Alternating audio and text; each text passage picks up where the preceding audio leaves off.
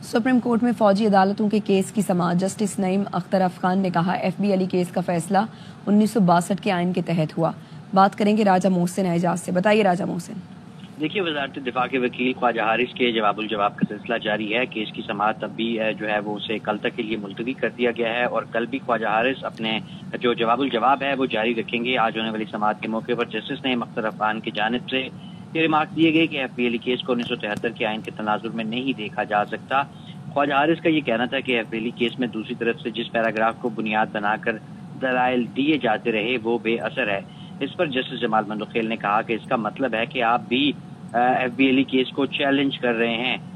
سلمان اکرم رضا کی جانب سے کہا گیا کہ نہیں، میں صرف بتا رہا ہوں کہ اس پیراگراف کی کوئی وجوہات درج نہیں ہے۔ خواجہ حارث کی جانب سے یہ بھی کہا گیا کہ سپریم کورٹ کے جس فیصلے کے خلاف اپیل سنی جا رہی ہے اس میں بھی یہی درج ہے۔ خواجہ حارث کی جانب سے یہ بھی کہا گیا کہ ایف بی علی کیس میں کہا گیا تھا کہ فوجی ٹرائل ٹھیک ہے اور فیئر ٹرائل کا حق ملتا ہے۔